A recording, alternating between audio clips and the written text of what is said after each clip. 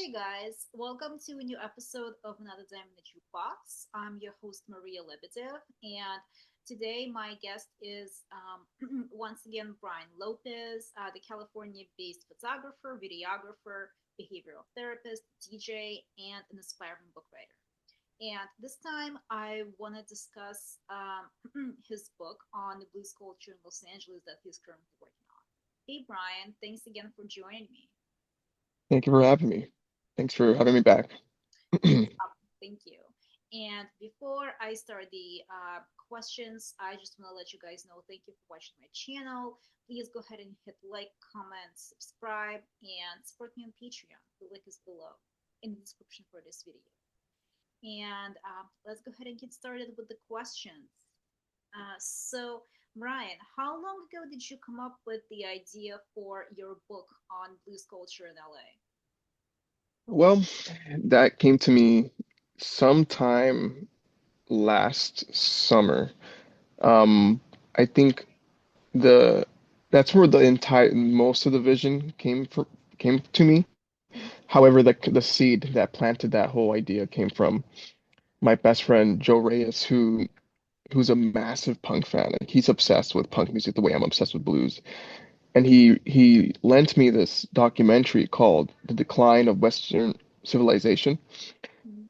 And it's a documentary about punk and metal in the 80s. Uh-huh. And I just thought the documentary was very interesting. It was very raw, and it was one of those documentaries where like anything went. The no filter, like minimal editing, and I just found it to be really inspiring. And I just kind of told myself I want to make something like that one day. And then I thought, well, maybe I could just publish my photos, just a photo book, right? And then I saw someone in the punk community today, specifically this photographer called OGV dot photography on Instagram. She had released her own photo book. And so that kind of made me realize like, oh, I don't have to go with a publisher. I can do it myself like she did. And so that's where the self-publish idea came from. And then I just thought to myself, what else could I do to with this book to make it a little more interesting, to provide a little more value and I don't know, give it a spin, right? And so I thought I could interview these artists the way the documentary director did, and to get the transcripts, edit them for pacing's sake, and to put that in the book, and that'll be kind of half a photography book, half a photo book. Oh, sorry, half a photo book, half a interview book. And that's where that the main idea came from. And I don't know, I just feel like the people who have replied to me about the request for an interview have been very excited and have been they've been very open to speaking with me for this project. I see. And it's been pretty much your passion for blues that made you decide to make your book about the blues culture in LA specifically. Yeah, it's definitely based in LA, but then also I'm interviewing people around the world too. Um, by the end of next week, I've already interviewed three people from the UK. So a guitar player called Carrie Baskin Rapkins. Another player who I won't say their name just because we haven't done the interview yet, Mhm. and a huge fanatic in the UK who I found interesting online, and she also agreed to speak with me. And so it's going to be a worldwide thing. The blues have spread across the whole world, and there's fans everywhere. And so I plan to speak to people in Portugal, from the Netherlands, from I want to speak to someone from Africa, like, and there's all kinds of subgenres of blues and players who have honed their craft in all parts of the world. And so I want to speak to people from everywhere who are willing to speak with me that I find interesting, and that hopefully I can think of interesting questions to ask them to facilitate good conversation that will get us somewhere interesting or new. Well, yeah, it looks like you from the interview that we did before, it definitely looks like you already interviewed a bunch of really great subjects. So I think you already have a lot of really great material for your book based on what you told me before. And yeah, it looks like you're definitely on your way to having more great interviews and great material for your book. So, which genres do you think are the most popular in LA right now?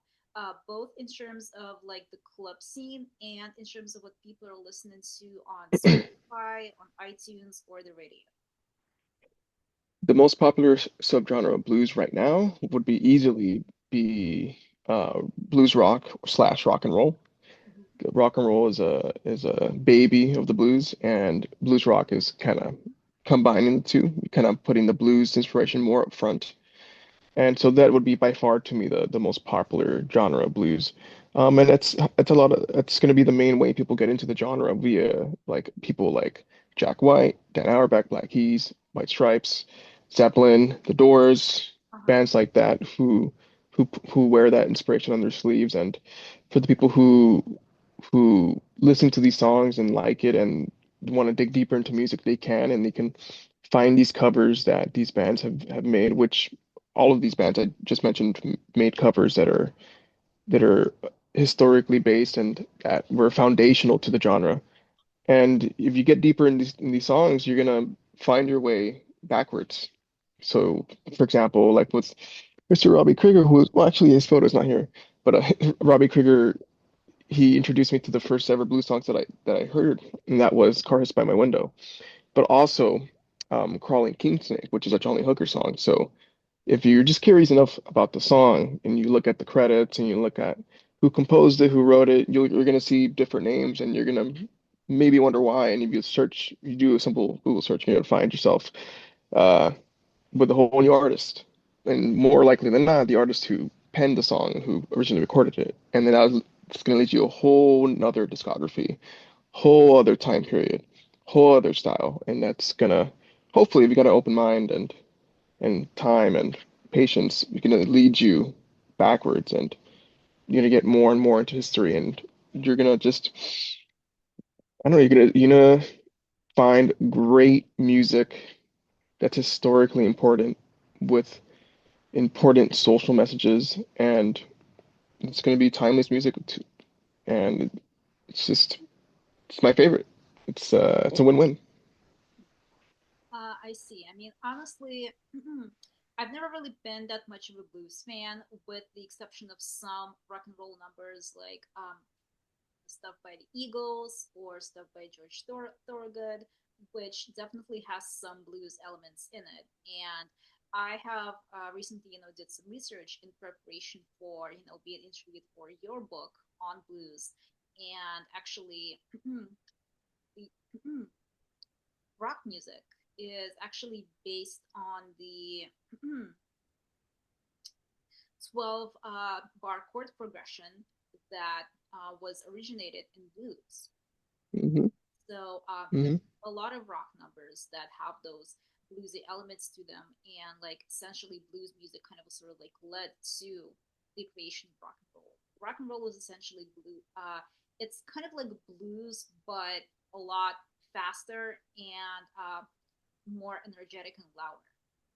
Yeah, it's distorted and with harsher attitude Mm-hmm. and it's faster. Um, a lot of these people, like Clapton, were inspired heavily by Robert Johnson, who was taught by Son House, and Son House inspired, for example, Jack White, and that's part of the pre-war Delta scene who they had a resurgence in the '60s and inspired a whole new generation. And then you kind of saw blues kind of, dwindle from the commercial lens and from the public eye in the '70s, and no, no, sorry, in the '80s until Stevie Ray Vaughan came out and did his thing, and he kind of brought this whole boom back in the '80s, and then come the '90s, this whole other resurgence comes back, another Delta resurgence, but this time it's with these hill country blues players that are really close to my heart, people like Arlo Burnside or Junior Kimbrough, a lot of these artists on the Fat Possum label, And these players are different because the way they play music is they stay on the one. A lot of these blues songs that we just spoke about, they have a 1-4-5 structure or 12 bar blues structure. But these hill country blues players only stay on the one, and it's very much about the groove. It's very much of the unorthodox rhythm. It's very drone heavy, a lot of bass notes, and it's psychedelic, and it's hard to describe. When I play it, I just feel at zen, tranquil. I don't know. It's hard to describe the feeling, but it just feels really good. It and and also in a way too. Some of these players, it's party music. Mm. So it's psychedelic. It's zen. It grooves, but it's also party music. It's hard to describe, and it's also blues still. It's a really weird shade of blues that I think haven't hasn't really gotten the attention it deserved in, up until very recently. We had the grandson of R.L. Burnside, uh, what's his name? Chadwick Burnside. He just won a Grammy, and he's the first out of the Hill Country blues players whoever got a Grammy. Mm. And so it's incredible to see that. And also players like, well, bands like the Black Keys, who were heavily inspired by Junior Kimbrough, R.L. Burnside, Robert Penway. In the early days of the Black Keys records, like that's why they started playing music, is because these guys like R.L. Burnside and Junior Kimbrough. And so if you like the earlier Black Keys records, then that means you like Hill Country Blues. And that'll send you down a whole other rabbit hole. Mm. And it's a very, again, a very unorthodox style of blues that it's just weird. It's different. It's bastardized. It's great. It's very raw, and I highly recommend people who to check it out. It's interesting. Mm. Yeah, I definitely will. Yesterday, I believe that I saw my very first blues show, as hard that Mm, as hard as that may be to believe. But I've been going out in LA for the past 8 years, and mostly I've been going to see rock and roll shows or heavy metal shows with an occasional pop performance. I went to see a jazz show once. It's this jazz ensemble called Yokoya. I actually interviewed their drummer for my podcast a couple of years ago. Yeah, but yesterday I went to see Stevie Ray Visited, which is mm, actually no, the Petty Party Band. They're the ones mm, who performed after Stevie Ray Visited. They are the Tom Petty and the Heartbreakers tribute band. And Stevie Ray Visited is just is a blues act actually, and I definitely enjoyed both of them. Yeah, but Stevie Ray Visited, I guess, would be like a better example of a blues performance. I went to see that show specifically because I wanted to kind of familiarize myself more with the genre, in preparation for being interviewed for your book. And actually, it was a great introduction for me. I really enjoyed both bands, and I am a Tom Petty fan, even though I should listen to something else other than Free Falling and Running on Empty, because yeah, as well, not exactly embarrassing, but as weird as it sounds for rock and roll fans such as myself, I haven't explored Tom Petty's music enough.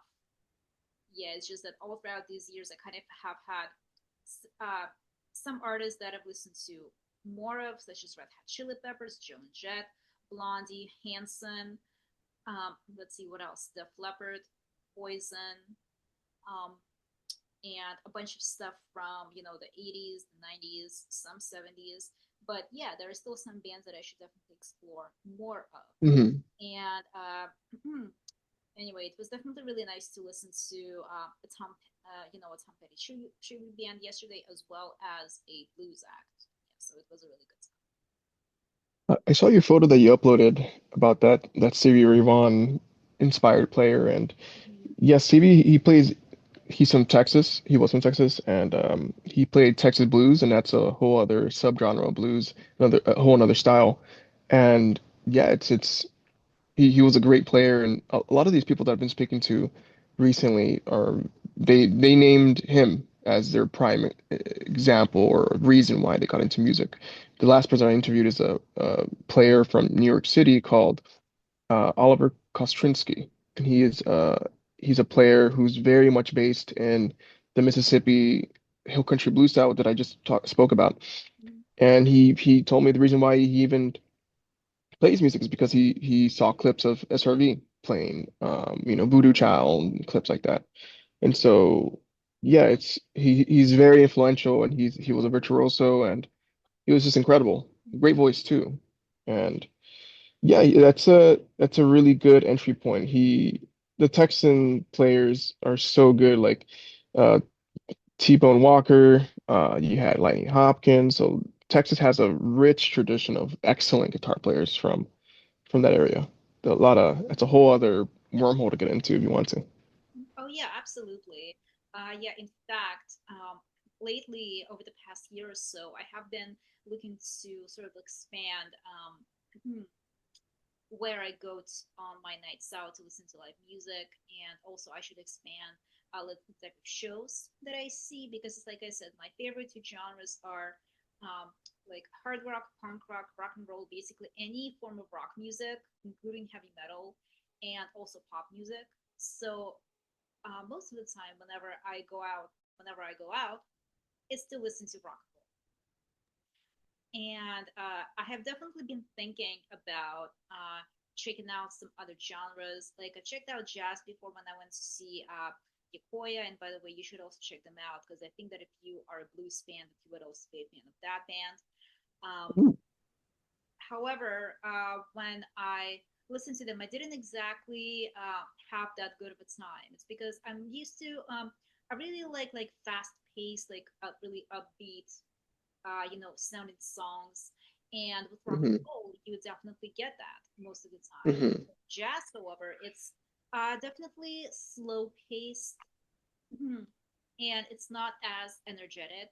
And so I Hmm. just didn't find myself enjoying that too much. And again, I went to see Yokoya play.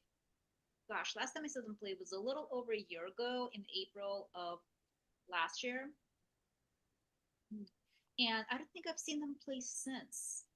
But Hmm. yeah, I feel like you should check them out if you like blues. You might enjoy them. But I definitely enjoyed the Stevie Ray band much more than I like Yokoya. No offense to Yokoya or Hmm. I love jazz. I got into jazz in I think in my late teens. I played this video game called Fallout 3, which actually the character I have a painting. Maybe you can see it right there. It's a 5 foot by 5 foot painting of that character based in the game. anything. And in that game, it takes place in this alternative 1950 setting, and the music is of the time period. So you got people like Billie Holiday and Nat King Cole and a bunch of jazz artists, and that really hipped me to jazz. And specifically, when I heard Billie Holiday, I was like, oh my God, like this is the best voice I've ever heard in my life. And it got me obsessed with jazz and got into it from different angles too, because jazz, just again, like jazz has so many different genres and subgenres. And there's like the funky jazz, there's blues jazz, there's fusion, there's freeform, there's cool, there's bebop. There's just so many strains you could pull at it from. And there's something for everyone. There's jazz rock, and yeah, like I'm like really hip to like Lou Donaldson, who's like on the funkier side. There's this jazz inspired player called Champion Jack Dupree, Mhm. who who played in New Orleans, and he was a world-renowned boxer. And I believe at some point he got addicted to dope, and I don't know what led to him falling out of boxing, but he did, and he found another career, and that was being a piano player and a singer and a songwriter. And so he created this record called Blues in the Gutter. It's very much inspired by jazz and blues and boogie. So good. And that's just like many examples of like jazz as being so interesting. And this is a very different flow, different energy, very improv, it's very loose. It's just a different feel, different groove than other styles, and that's why I like it. It's got this really like nice, I don't know, American classical. like cadence to it that other forms of music in modern day don't really have. So it's got that appeal to me in that way too. Hmm, I see. Yeah, like it's really interesting. You said that. So that guy, what's his name again? The one who was a boxer but got addicted to dope. Champion Jack Dupree. Okay. So he actually became addicted to marijuana. I don't I think dope is I thought dope was a harder drug. I forget. He mentioned he talks about it in his songs actually in that record. I He see. talks about his drug addiction. But I think dope, I don't know if dope had a different definition or a different meaning. So I can't really speak on that, what drug it was exactly. Uh-huh. But I know at some point he dropped out of boxing and he picked up the piano. Snap. He went from a very aggressive sport, the most aggressive sport, to like one of the more delicate instruments. It's interesting. And he's a great singer, great writer, great piano player too. Like he, yeah, he pivoted to the right thing. I see. And how old was he when he began to learn how to play piano? Because he said he was a boxer beforehand. So, like, did he study music earlier, or did he just like decide to, learn how to become a musician after he dropped out of boxing? Good question. I don't know how old he was when he started to play piano, or if he had prior knowledge, Uh-huh. but I know that he picked it up at some point and he started playing, and he inspired people like Dr. John and other New Orleans-based piano players. I think he also inspired Ray Charles. Well, Yeah, very influential. yeah. I mean, wow, that's awesome. So, and sorry, once again, what did you say his name is? Champion Jack Dupree. He's so good. He's got this song called Bad Blood. It's amazing. It's so good. Okay. Hmm. Yeah, I'm gonna make a note to check him out later.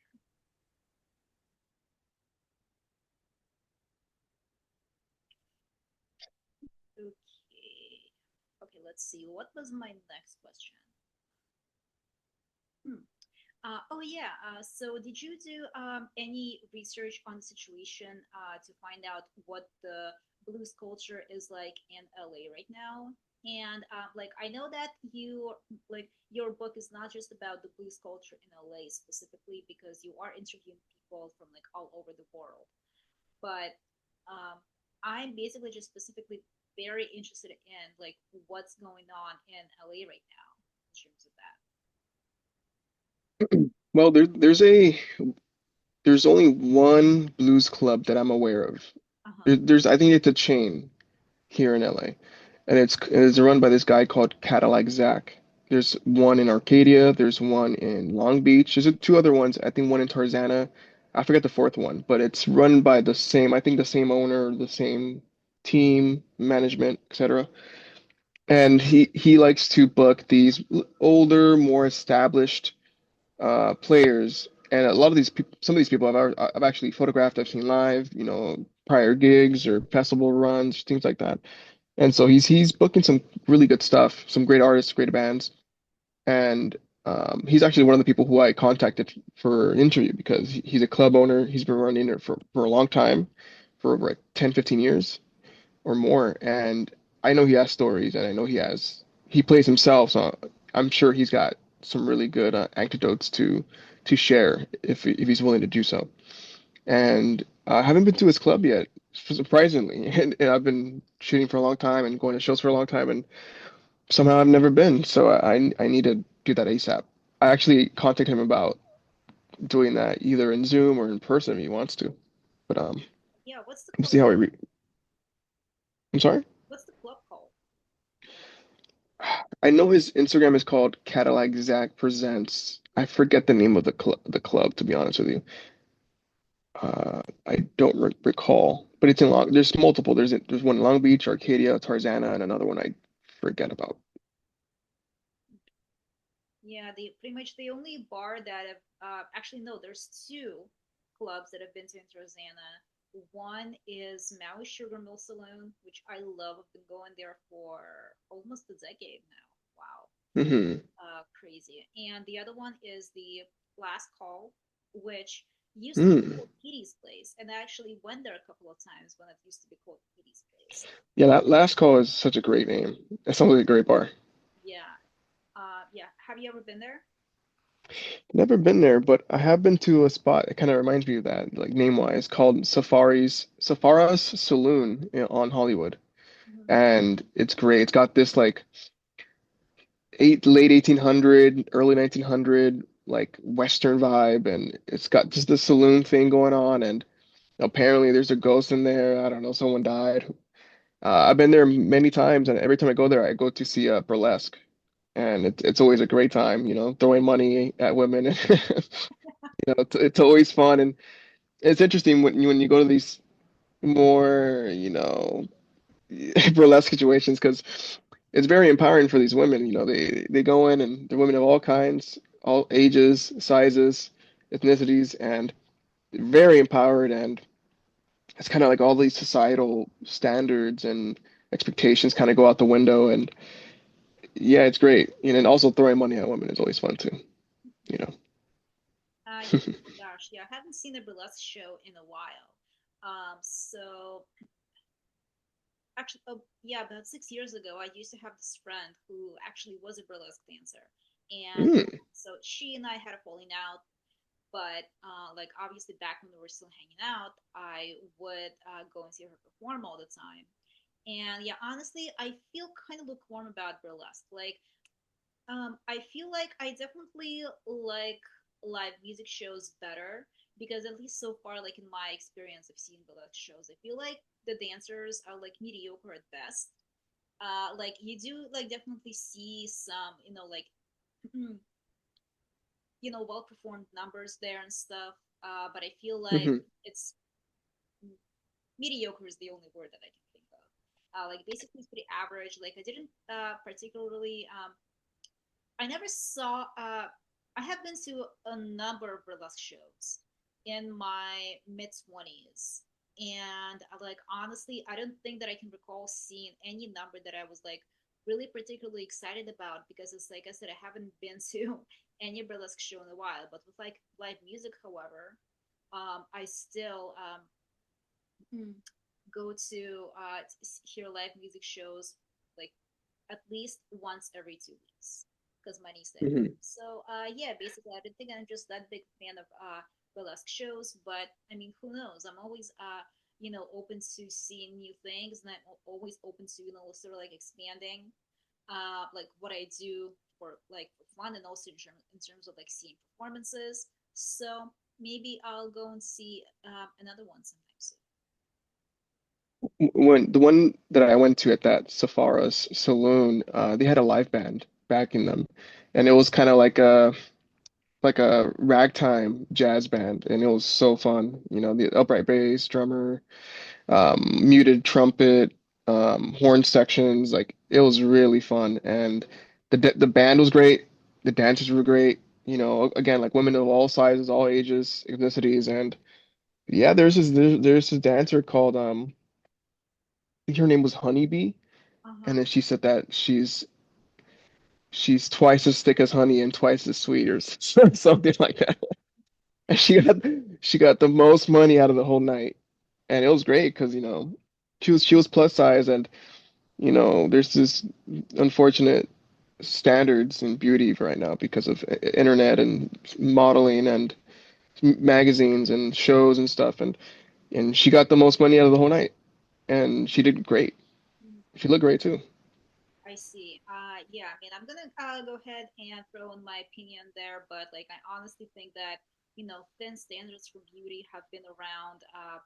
Actually, if you think about it, ever since the 1920s, because that's when it all started, and it has been that way pretty much ever since. I think it's basically in the 60s, because Twiggy was like one of the most prominent models back then, and she weighed like 90 pounds. 70s, 80s, they definitely had those standards for like where all of their models, you saw them like look really fit. They're all really thin, Hmm tight. 90s definitely, and 2000s. And it's not that I want to body shame anyone, but I definitely think that people like who are more fit and trim generally tend to look better. Hmm. I So see, I see. yeah, and it's like I said, I don't want to like body shame anyone, and I don't want to sound mean, but I mean that's just my opinion. I think that people look better, and um, being plus size, I think that body positivity, it's not just an aesthetic concern; it's also a health concern. Hmm. Yeah, it's when people start to kind of make excuses. I don't know, like there's two sides to the coin, right? And there's that one part of, of accepting yourself and being okay under your own skin, and that's a really important part of being a human, being a person.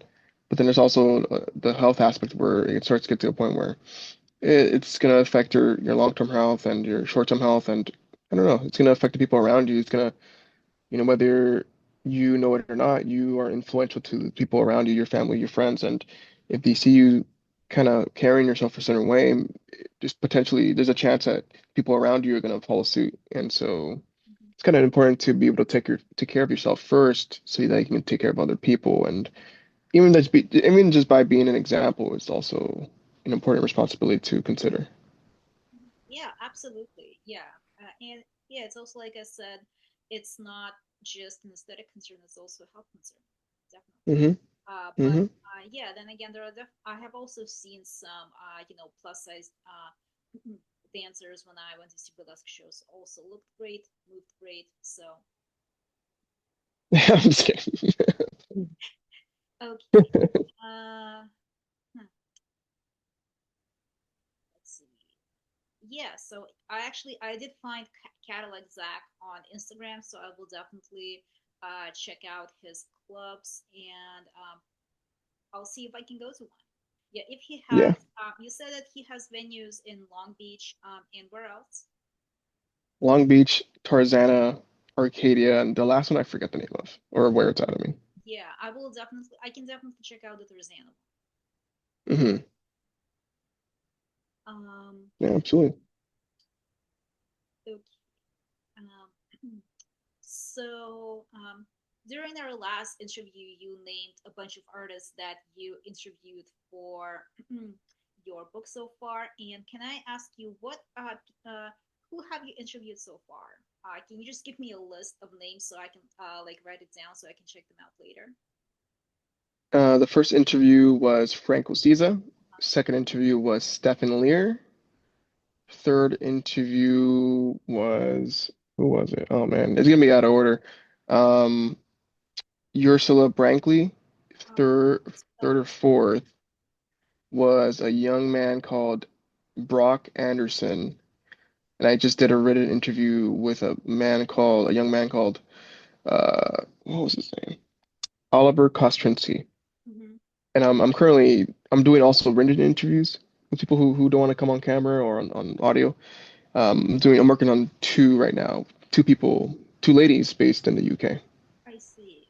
Wait, what was the last one that you said? Oliver who? Oliver Kostrinsky. Uh-huh. So Kostrinsky. Thank you. Okay, great. Yeah, definitely gonna check all of those out. Um, Yeah, there's some writers in there who I interviewed. One of them I just saw on Instagram a couple days before. The title of her article. I think we spoke about it. I think last time, but her title, the book, her article was "What is American music without Black music?" And the answer to her own question would be the whitewashing of our voices. And I was like, wow, like that's incredible. She wasted no time asking real questions, and the article was very informative. It, came from an African American woman, so it just, an African American person speaking on African American music holds more weight, and it's different. You know what I mean? And it's such a great read, top to bottom. Read it multiple times, and I felt so compelled about it. I contacted her about this book, and she agreed to come on and get on the record, and she did, and it was an excellent conversation. And yeah, it's good to talk to these writers earlier on because I want to be a better writer. I want to learn how to do this craft, and so talking to them and getting their opinion, perspectives, and ways they honed their craft and so I can do the same was I think it's important to do kind of talk to these people early on, you know. And yeah, and then also the perspective on the music and the history of it is very different than the people who the musicians who play it. They're coming more from a researched based background versus these players that are coming more from the musical background. So it's kind of interesting to see those two worlds collide and giving me their perspectives on the writing and more of the historical aspects of it. Um, I see. Well, obviously, if they are contributing all of that information to your book, looks like you're definitely getting some, great material, like I said before. And I definitely, in fact, I think we're gonna purchase your book. I mean, I'm definitely gonna purchase a copy, especially if I'm gonna be in it. Uh, and yeah, it would definitely be a really good educational, read for me because when it comes to music, I mostly my favorite thing to read is the musicians' biographies because I'm not only interested in like the type of music that they create and how they became the musicians that they did become, but I especially love reading about like their personal lives, like about their relationship with their friends and family and about their love lives. And obviously, with rock and roll, in any rock and roll biography, there's always going to be a story about their drug addiction and how they got clean, if they ever did. Yeah, at least. Hmm. Yeah, well, hmm. I read Anthony Kiedis' book. I read The Dirt. I have read Priscilla's book about her relationship with Elvis, mostly. Yeah, Hmm. Elvis did have addiction to pills. So, yeah, Hmm. Anthony Kiedis got clean. Pretty much everyone from Motley Crue got clean. Although I did in like a recent video that Rockfeed did. Yeah, I have no idea what the name of the host of that channel is, but basically it's a YouTube channel that does like constant like news updates on what's going on in like the rock music industry. Hmm. And I heard that Tommy Lee supposedly has an alcohol problem again, which I just think that it's like, dude, he is in his 60s, I think, right now, and he has been through so much of this already in the 80s Hmm. and in the 90s, and God knows for how long after that. It's like, you'd think that he would know better by now, but yeah, apparently, Yeah. yeah, I heard that he, has an alcohol problem again. Yeah, when you're on the road and when you're a touring musician or playing shows and gigs, it's difficult because you play these shows and you go through so many highs of traveling the country and playing show at night after night. And when you get home, there's almost like this post-tour depression that sets in for some people, and it's hard to go from all these highs to these lows, from all these stages to your bedroom, and it's hard for these people, for some of these people to transition. And I'm not saying why that's why every artist that has done drugs or substances do that, but that's for some people that's a part of it. Um, it's I don't know, it's just finding your healthy coping mechanism. That I think that's really what it comes down to, knowing um, how to cope. Yeah, and it's not just, I mean, they don't just do drugs whenever they come home from tour. It's also just like the aspect that in the 70s, in the 80s, and even in the 90s, drugs were just around. And, Hmm. you know, I mean, Anthony Kiedis' father was a drug dealer, so he was around that stuff since he was like 12. That's how old he was when he moved to live with his dad from, yeah, that's how old he was when he moved to live with his dad in LA. So it's been a while since I read his book, and I definitely got to check it out again. So I can't exactly remember how old he was when he became like addicted. Yeah, I definitely know Hmm. that Cherie Curry didn't like fully become a drug addict until she was in the Runaways. And I mean, it was mid 70s and drugs were always around. And she mainly used drugs on the road because, the conditions were so harsh back then. And, having Kim Valley as their manager, like, didn't make things any better. Like, in fact, it just made things worse for them. And in order to cope with everything that they had to deal with on the road, with stuff like traveling for a long amount of time, playing in foreign countries, like dealing with like weather there she's when she wasn't used to dealing with. She took drugs to cope with all of that, and like that's like also like that's how she became addicted. So yeah, it's a bunch of Mm, different reasons. Yeah, I also remember like reading Anthony Kiedis' book how he was constantly just like going to downtown LA to look for dealers there, and yeah, it definitely wasn't just when he'd be home, home from tour. So yeah, it's mm, a bunch of different reasons. Yeah, like Bobby Jean yeah. Brown did meth because she was trying to lose weight because she worked as a model and like her main income came from modeling and from starring in music videos. And it was specifically after she was married to Tommy Lee. Like I read that somewhere that she said that once they got married, she basically kind of had to stay home a lot and like cook for her husband. And she ended up getting some weight as a result of that. And she was still modeling back then, so she asked her friends for some meth. And after using it, she said that it drops pounds just like that because it makes you lose your appetite. But Hmm. it's very effective for that. So, and eventually she just started using it as like it became her like a part of her everyday lifestyle. Like it just became like a habit. Hmm. So yeah, Yeah, it's I'm really glad that I grew up with good parents who kind of taught me right from the start. And um, I don't know, I just always kind of was airy about drugs, and I personally don't need drugs to have a good time. And so I don't know, I don't really have a need for any of that stuff personally. It's also very expensive, but it's just not for me. And yeah, I don't do it. But I wanted to bring something up from the last interview because I figured I we spoke about how I was gonna roll out the interviews aside from the book because the book is gonna be somewhat of an edited version of the interview, kind of trimmed down. Obviously, I'm gonna be trimming out like the niceties, the introductory, like the hello, how are you, that kind of stuff, right? Just for pacing sake. And so I was thinking about it, and it finally came to me. So what I'm gonna do is I'm gonna have the physical release, right, of the book.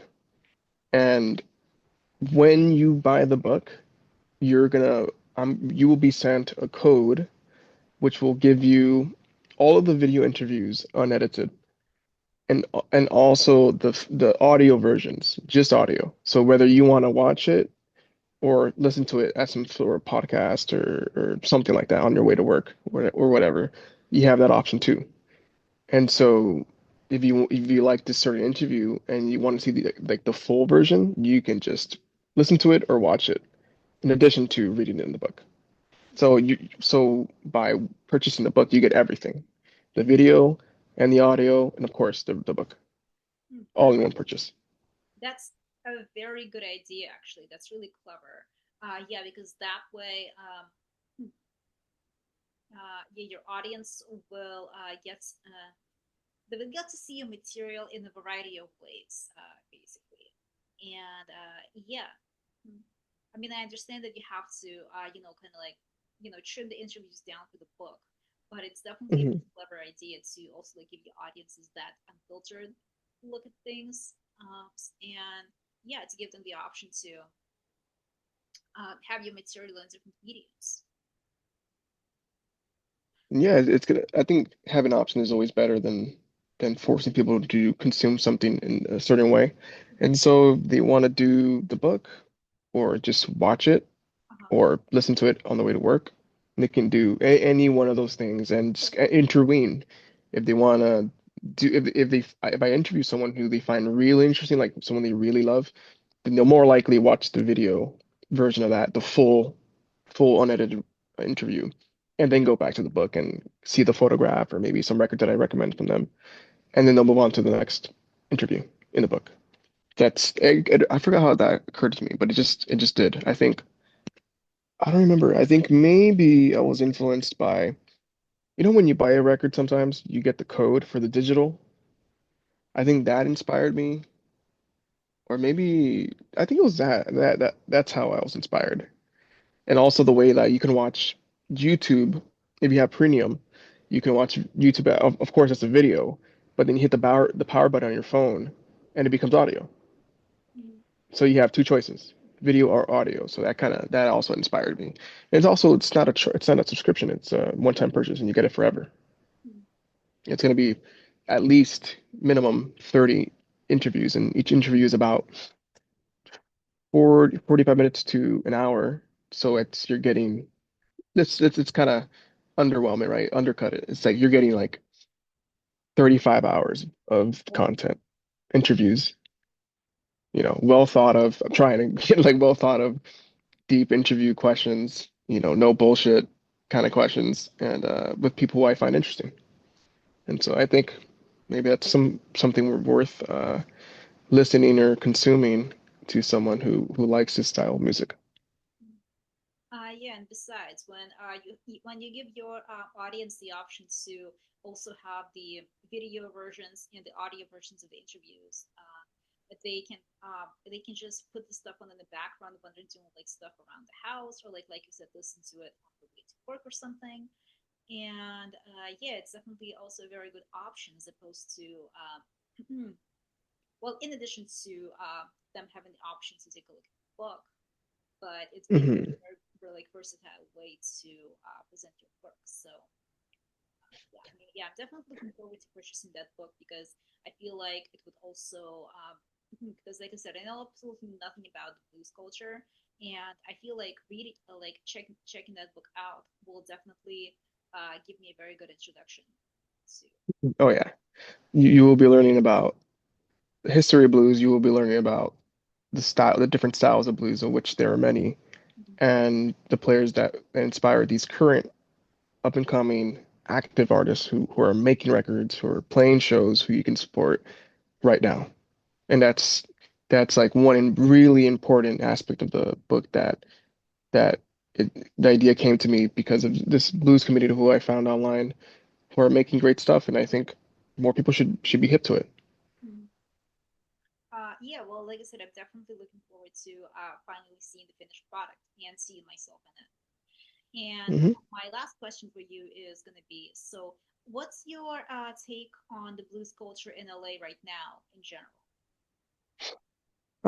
I think there's a lot of great blues inspired acts that are in LA right now. You got people like my buddy Johnny Nasty Boots, who is very much inspired by the 60s and 70s and chess record sounds of Chicago, and you've got players like Sebastian Ryder, who's inspired by like Albert King and many blues artists who came before him. And I think it's just a great scene. And you got kind of like Zach and his clubs who are playing more of the older, kind of more established acts, and so you got a good mix of like up and coming, more rock based blues artists, and then you got the more established straight blues, Chicago blues style artists who are playing the clubs that Zach has around town. And so you got a good setup. I need to start going to those clubs more because, I need to watch these some of these names I'm not super familiar with. So I think just seeing new names and new faces and new bands, but then also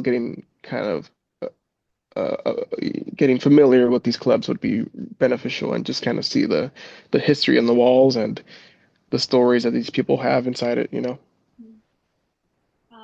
Yeah, so you said Sebastian Ryder. How do you spell his last name? Rider. I will definitely check him out.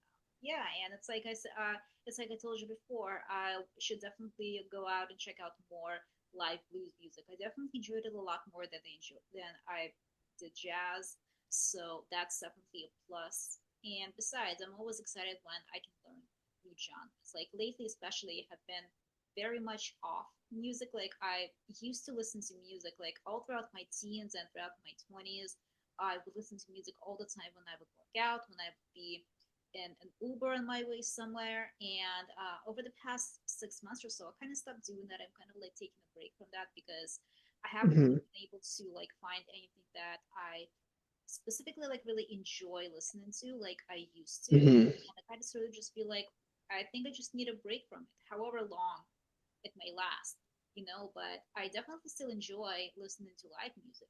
So Hmm. I but also check out whatever blues clubs there are in LA, and hopefully I'll bump into you on one of those.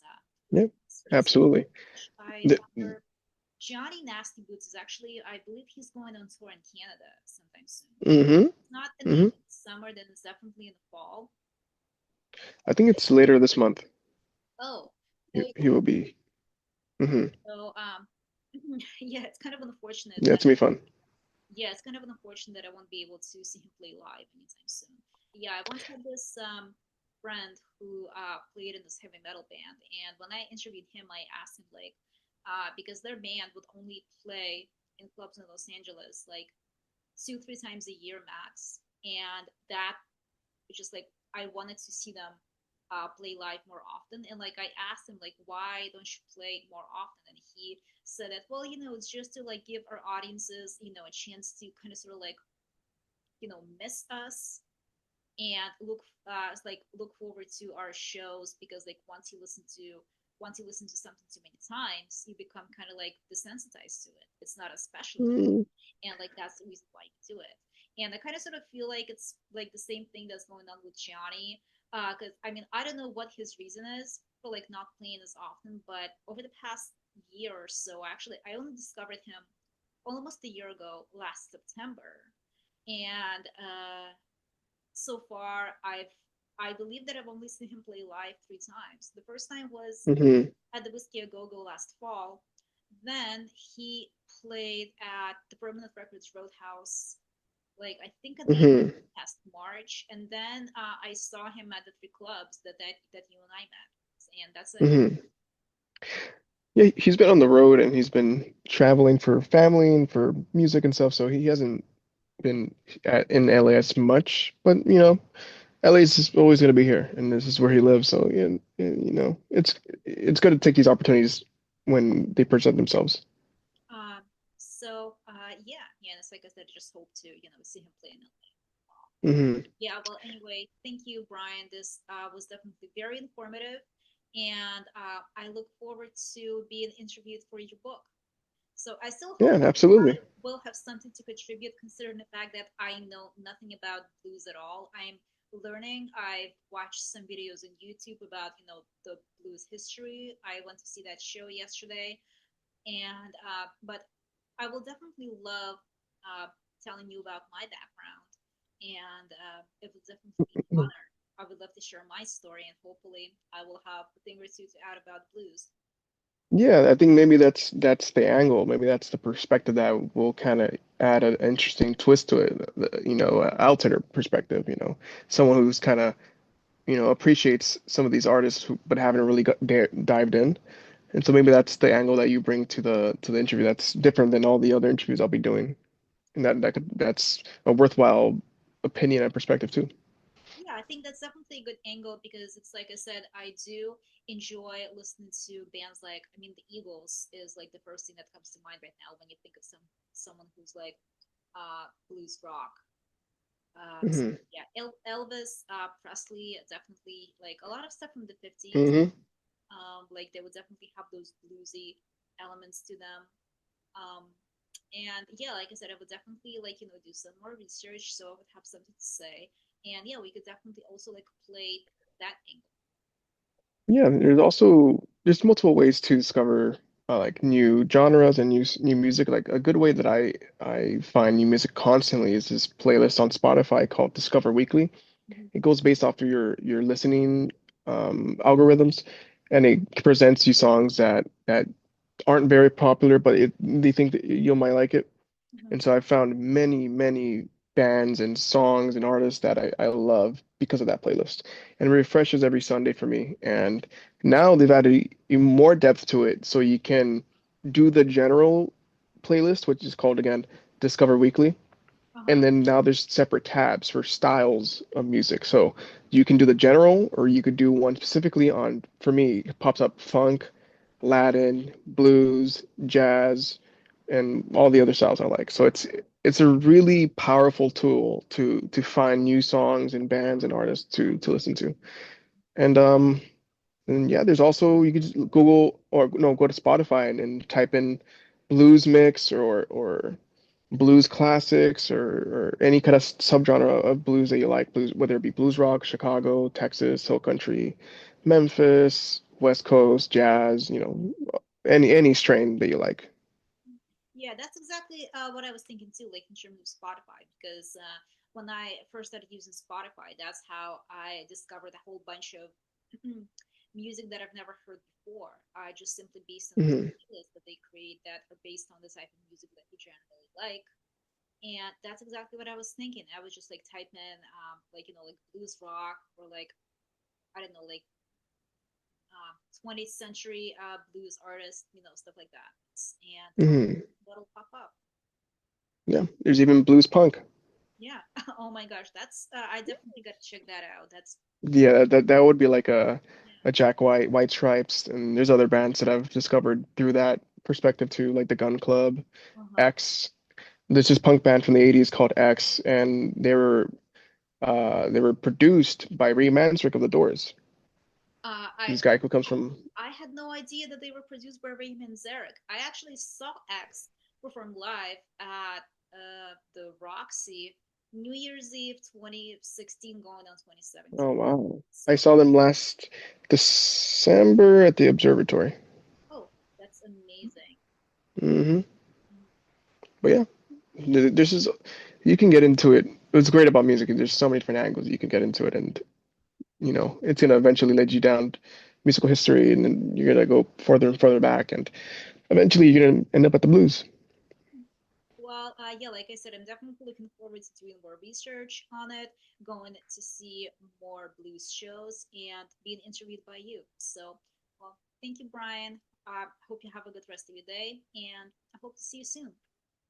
Thank you. Likewise. Thanks for having me again. Absolutely. My pleasure. Thanks. Bye. Bye bye.